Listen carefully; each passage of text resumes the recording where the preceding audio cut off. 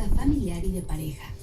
Erika, maestra de inglés en una primaria privada, y su familia son un ejemplo que refleja un crisol de todo un complejo panorama. Ellos nos cuentan cómo sobrellevaron la pandemia y qué aprendieron de ella. Si tuviera que decirlo en una palabra, sería locura, pero también aprendizaje. Sí fue una experiencia muy difícil. Como maestra, lo voy a platicar primero como maestra, fue difícil, de repente, fue un cambio totalmente inesperado, brusco, todos teníamos la impresión de que esto iba a pasar rápido, que era un mes, a lo mucho 2, pasando vacaciones, y de repente se empezó a alargar, y el hecho de tener esta incertidumbre, entonces de repente empiezas a tener toda esta información y desinformación al mismo tiempo, porque nadie te sabe decir qué, ni cuándo, ni cómo. Entonces sí nos empezó a como a alterar, pero cuando nos empiezan a decir que las clases van a ser en línea, nos empezó a entrar el pánico. Nunca habíamos dado una clase en línea, nunca nos habíamos enfrentado a tener que hablar a través de una pantalla, de una televisión, no, pero una computadora. Entonces, como que todas nuestras herramientas a las que estábamos acostumbradas dentro del salón, el tener el contacto directo con el niño y todo, nos lo estaban quitando. Pues lo único que podemos hacer es adaptarnos. La verdad, no voy a mentir, sí lloré, sí la pasé muy mal, e incluso sí pensé en renunciar, porque dije, no puedo, la verdad es que no creo poder con este reto. La computadora ya es como parte de nuestra vida, ya es nuestro pizarrón, es nuestros ojos, nuestra voz, y entonces empiezas a incluso tomar herramientas de la computadora como algo que es tu amigo, tu aliado, en vez de que sea tu enemigo. También esta experiencia de los niños de vivir pues un ciclo escolar en casa, también les da la oportunidad efectivamente algunos de llevar un ritmo un poco más tranquilos. Hay quienes llevaron un ritmo muy acelerado, hay quienes no se adaptaron también, pero también aprendieron a valorar la red de apoyo que pueden ellos tener en la escuela. No hay que olvidar que también hay niños que su único refugio y lugar seguro era la escuela y que hoy ya no está. Yo la verdad creo que me adapté muy rápido, porque pues sí tuve todas las herramientas para poder trabajar así, y pues creo que pues sí, no fue tan difícil para mí. El derecho a cuidar su salud se puso en riesgo, en específico el acceso al monitoreo de su desarrollo o de enfermedades preexistentes y sus esquemas de vacunación. La salud mental también se vio afectada, ya que chicos con características neurodiversas, problemas de conducta y aprendizaje previamente diagnosticados, vieron interrumpidas sus consultas y terapias, aunado a otros problemas que el paro de actividades económicas ocasionaron. Oh, Dios. ¿Quiénes se sintieron más a gusto en su casa y quiénes no? Extrañamente, los niños que se sintieron más a gusto al principio son los niños que tenían problemas conductuales. Ahora, al estar en su casa, no hay quien los esté regañando de los maestros, se pueden apartar. A diferencia de los otros niños que no eran aislados. Por ejemplo, los niños que no tienen padecimientos psiquiátricos. El que está hablando es nuestro psiquiatra. Los niños que ya tienen padecimientos psiquiátricos, ellos están felices al no estar en clases. Tendríamos que tomar en cuenta los cambios conductuales de tristeza. Es que mi niño a lo mejor está teniendo un padecimiento psiquiátrico. Pronto se reconoció la necesidad de proteger a las poblaciones en situación de vulnerabilidad, como los adultos mayores, pero los niños y los adolescentes no provocaron dicha atención, ya que se consideran población con poca probabilidad de enfermar gravemente. Un paciente que su mejor amigo se suicidó porque perdió a sus 2 padres.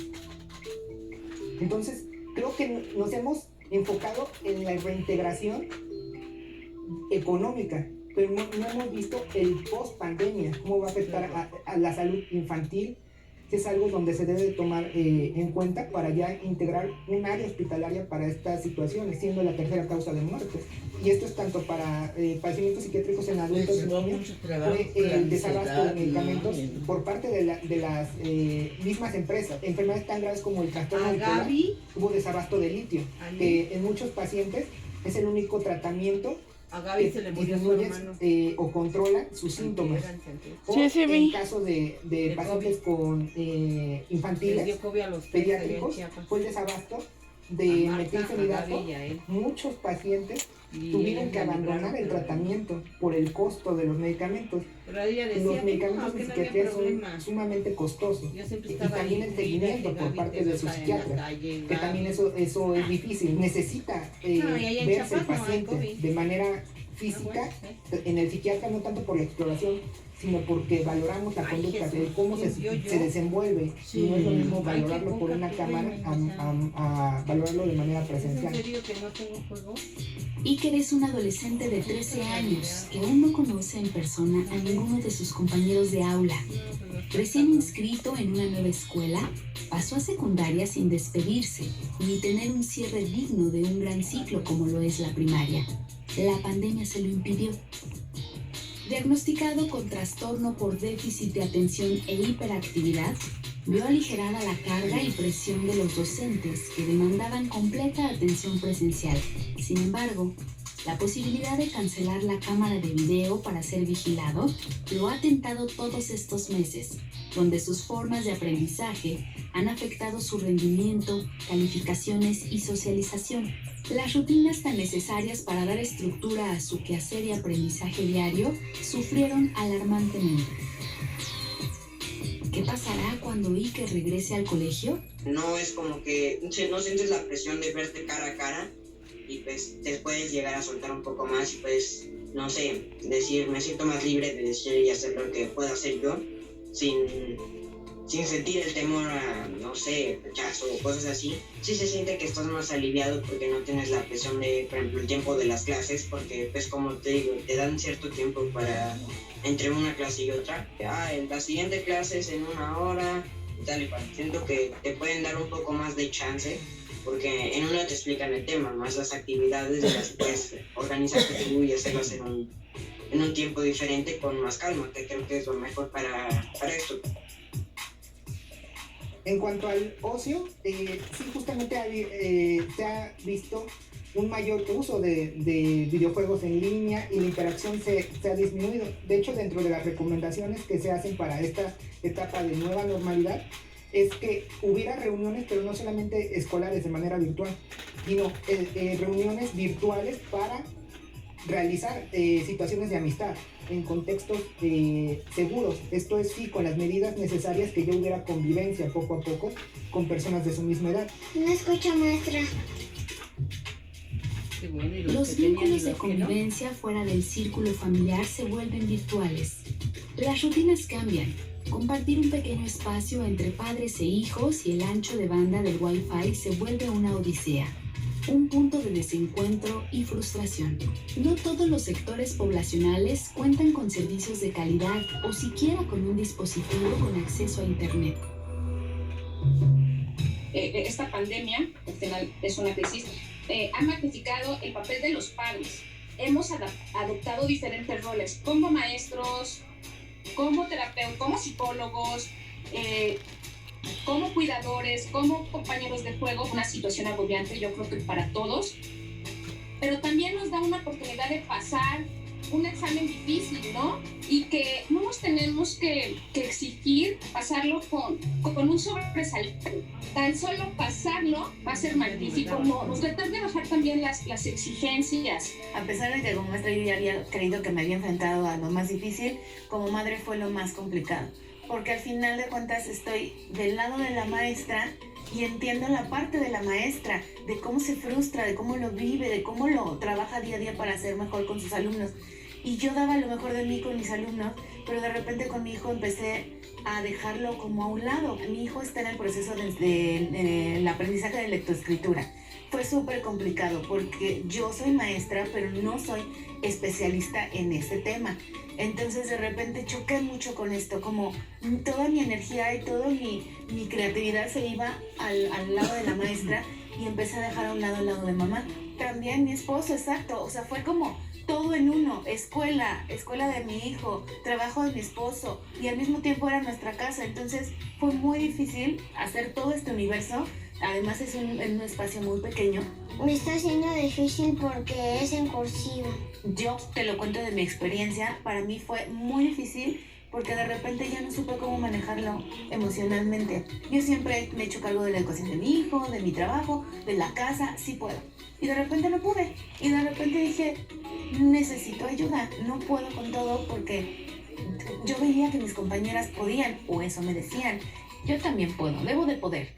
Pero de repente no pude. Que se considere más el acudir a terapia psicológica y no solamente cuando ya se presentan con los conflictos, sino de una manera preventiva. Mucho el foco en los adultos mayores, en las personas más vulnerables, pero también hay personas vulnerables emocionalmente. Y esos son nuestros niños, y esos son nuestros adolescentes, que creo que hoy no podemos esperar a que haya un suceso importante a nivel mental con los niños para poderles proveer esa atención. Y hay muchísimas instituciones y colegas profesionales independientes que pueden ayudarnos, ¿no? Entonces yo sí estaría como haciendo hincapié en que no podemos olvidar que los niños necesitan desahogarse, necesitan un espacio de confianza y que se les trate amorosamente para explicarles qué fue lo que pasó de acuerdo a su edad y a lo que ellos necesiten saber. Ser concretos, pero efectivos en cuanto a sus dudas, responder todas sus incertidumbres que tengan los niños y siempre mantener los hábitos, no hacer grandes cambios en su entorno. Y ahora, ¿qué sí puede generar más ansiedad? La disfunción familiar en cuanto a la convivencia de las parejas. Eso sí ha generado estrés, pero secundario al cómo lo han manejado los adultos, no per se por los niños. Sí se estresó uno. Pues hubo llantos, hubo pleitos. Me tocaba que esté enojada con mi mamá, con mi papá. Yo y mi hijo, entre mi esposo y yo, entre todos. O sea, ahora sí que fue todos contra todos, porque no sabíamos cómo manejar la situación y no sabíamos cómo nos estábamos sintiendo, no lo podíamos expresar. Entonces, pues ahí fue cuando decidí pedir ayuda, empecé a tomar terapia. Da un foco de que las familias que no tenían tantos problemas en su relación fueron más felices porque convivieron más.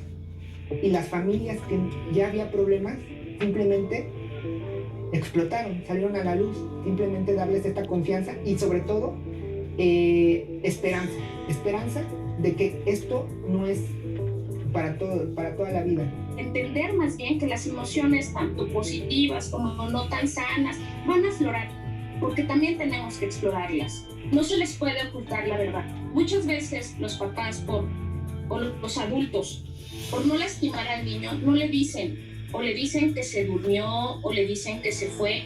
Yo sí creo importante que se les hable con la verdad amorosamente.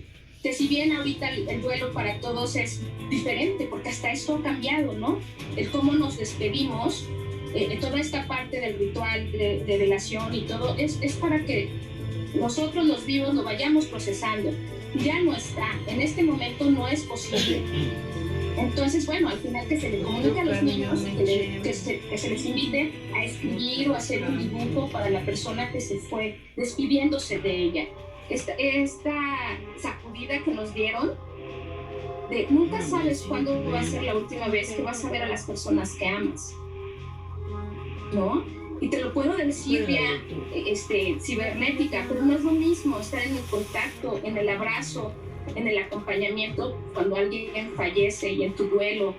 No es lo mismo ese contacto físico que al final esta comunicación virtual, ¿no?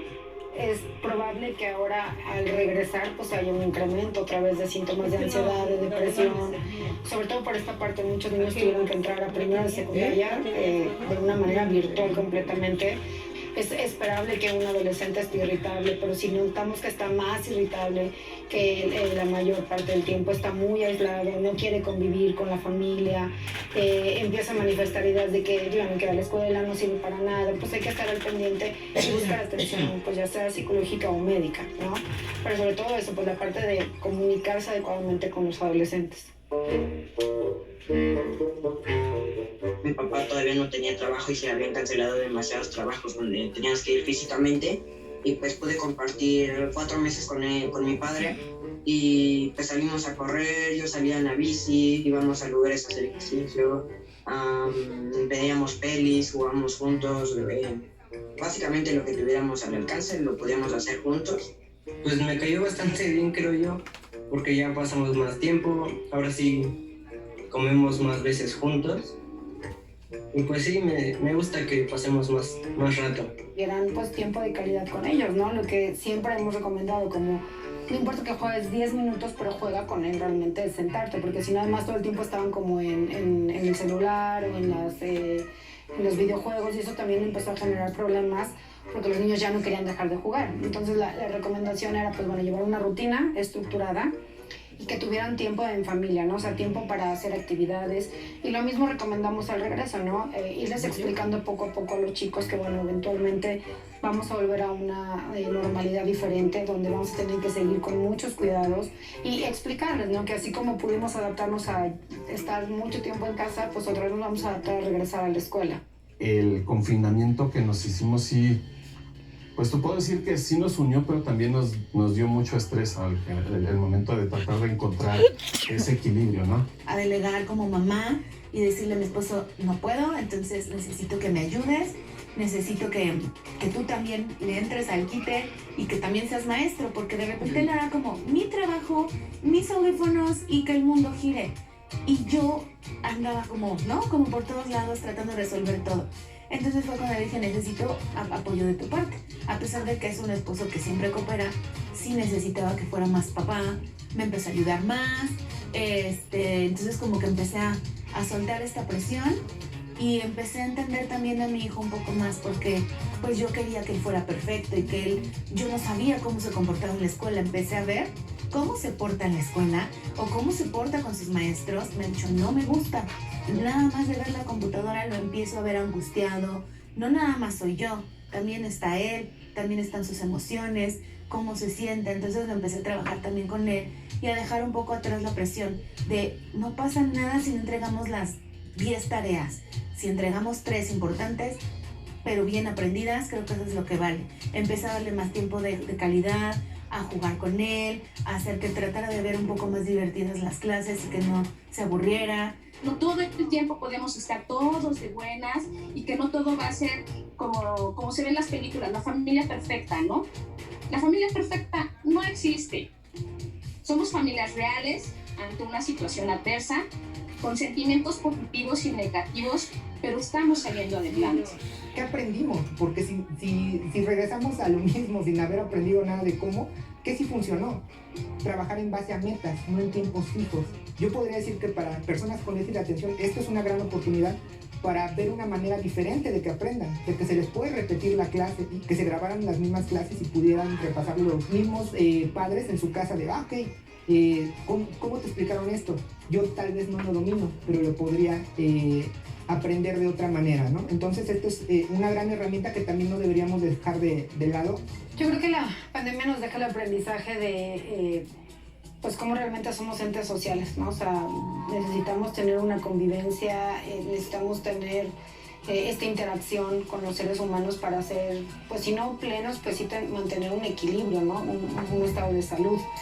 Entonces yo creo que esto nos permite darnos cuenta que en la escuela, por ejemplo, no debería de enfocarse tanto, aunque por supuesto que es súper importante en el aprendizaje, sino más allá del aprendizaje, ¿no? Involucrarme más con mi familia, cosa que pues el trabajo no me permitía antes. La mente te juega chueco, que la mente es difícil, o sea, es manejar las emociones y la salud, o sea, la cordura es muy complicado. Entonces la adaptación de lo académico fue fácil, pero la adaptación mental no. Me costó trabajo entender que era una ansiedad, yo no lo sabía, es más, ni siquiera sabía que me estaba pasando. Y no, tenía episodios de falta de aire, de falta de sueño, obviamente neurosis. De repente cuando le pones nombre y cuando alguien te dice lo que tú tienes es ansiedad y depresión y está bien y es normal, como que o sea, en vez de asustarte, te aliviana, te quita un peso de encima y te dice, no eres la única, mucha gente está pasando por eso. Mi terapeuta me decía, no sabes la cantidad de maestras que tengo ahorita de pacientes.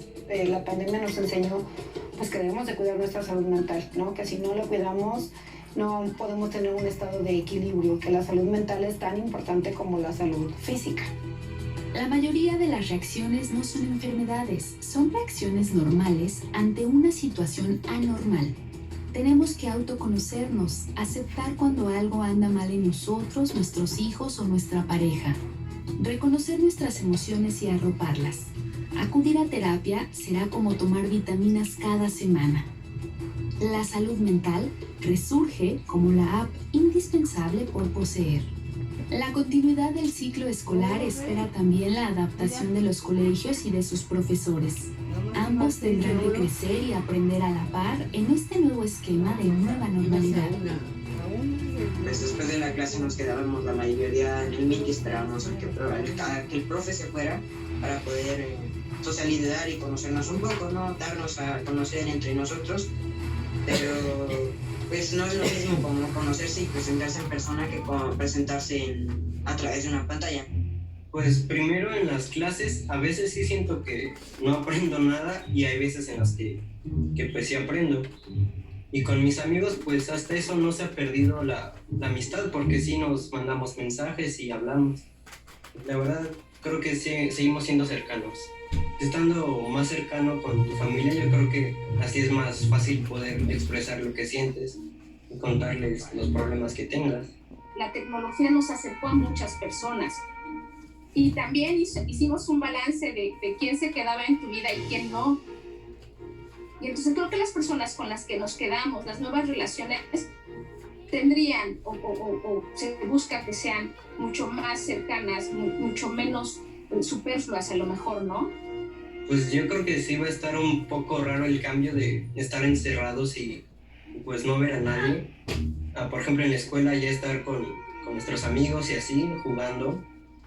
Pues sí, yo creo que tendré que valorar más esos momentos en los que juego con ellos y paso un buen rato. Creo que esta es la lección más grande que me ha dejado la pandemia. Aprender a conocerme, a cuidarme y a tener más conciencia de lo que está pasando conmigo. Porque al final creo que si yo no estoy bien, los demás no están bien. Yo no sabía lo que era la ansiedad, no la conocía y pues la pandemia me la presentó. Pues yo pienso que pues no va a ser del todo difícil, pero al final el cambio no es lo mismo, ¿no? De la misma no te puedes relacionar como antes te relacionabas con tus compañeros o con tus amigos, pero pues dentro de ello, pues más que otra cosa, el socializar es creo que la principal cosa que se va a modificar en esta nueva modalidad. Pues a podernos adaptar a cualquier situación que tengamos. Pues esto es todo por hoy de mi parte. Gracias por su atención. ¿Y ustedes ya están listos para regresar? Las niñas, niños y adolescentes pueden resultar asintomáticos físicamente hablando, pero en cuestión de salud mental presentan claramente varios síntomas. Debemos prestar atención. Ellos son el reflejo de nuestras células familiares. Las medidas sanitarias están claras ya, pero ¿las medidas afectivas y psicosociales están ya reinventadas? Escribamos juntos este nuevo ciclo escolar, este nuevo capítulo familiar, este nuevo formato de ser amigos, hijos, hermanos, nietos. Revaloremos todo lo que ya teníamos como la libertad, la salud y la familia.